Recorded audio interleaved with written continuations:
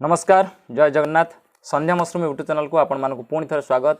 दर्शक बंधु आज भिडियो आम जड़े युव छतु चाषी को भेटा जे कि जाजपुर जिलार से प्रथमे सूरत रोते सूरत रही से एक कंपानी रे काम करुले तो से सेठी थिला बेले सब बेले आमर चैनल संध्या मशरूम यूट्यूब चैनल को से देखुले एवं सेठू थाई से भावुले कि मो ओडिशा रे रही मो घरे रही केमती मु निजे रोजगार करि परिबी एवं से आम चैनल संध्या मशरूम रो प्रेरणा पाई से चिंता कले कि मु ओडिशा रे रही छतु चाष करी एवं सेथरु भल रोजगार करि परिबी।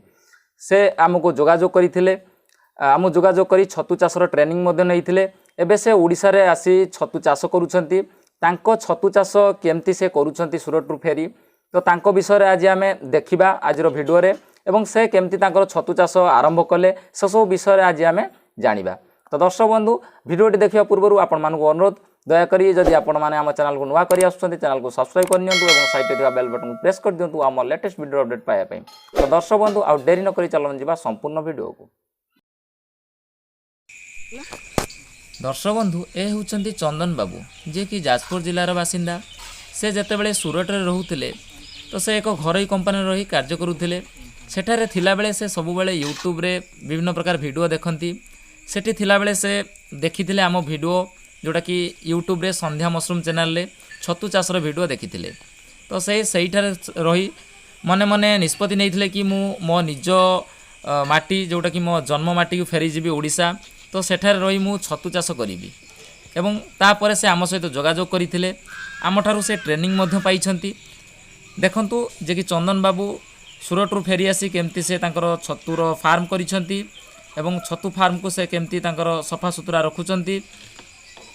ए देखंतु प्रथमे एटा तांकर प्रथम स्टेप जे कि सूरत रु आसला परे से छतुर फार्म करिछंती।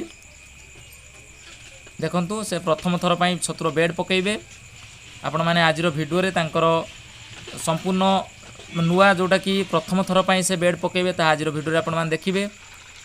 देखंतु चंदन बाबू जे कि गोटे छोट कुंड करिसंती जोटा कि सेथिरे से नड़ा को जाम देबे बा नड़ा को भिजेइबे। ए देखंतु चंदन बाबू जे कि प्रथम थर बेड पकाया पई बाहरिचंती छतु बेड।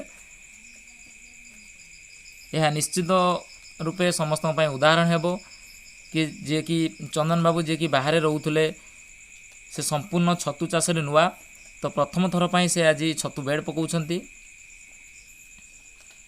आपण माने देखंतु चंदन बाबू जे कि केमती से बेड पकाउछंती।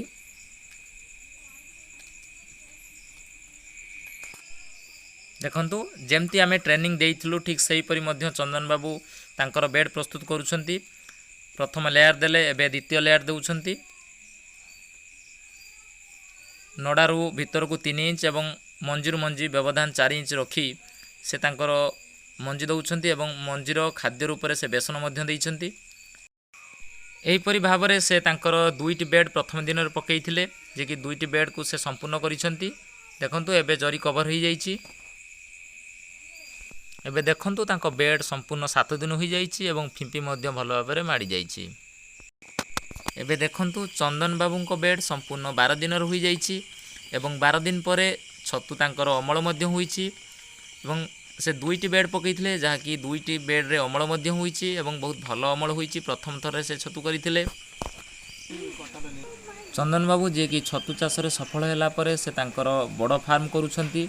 यार वीडियो मध्य आपण माने परवर्ती समय रे हम चैनल रे देखिबे। दर्शक बंधु जदि आपण मानकु आज रो वीडियोटी भल लागि थाए वीडियोटी को लाइक करिवे एवं सांग मानक सहित शेयर करिवे एवं आपण को मतामत निश्चित हम कमेंट बॉक्स रे जणाइबे। रहुची नमस्कार।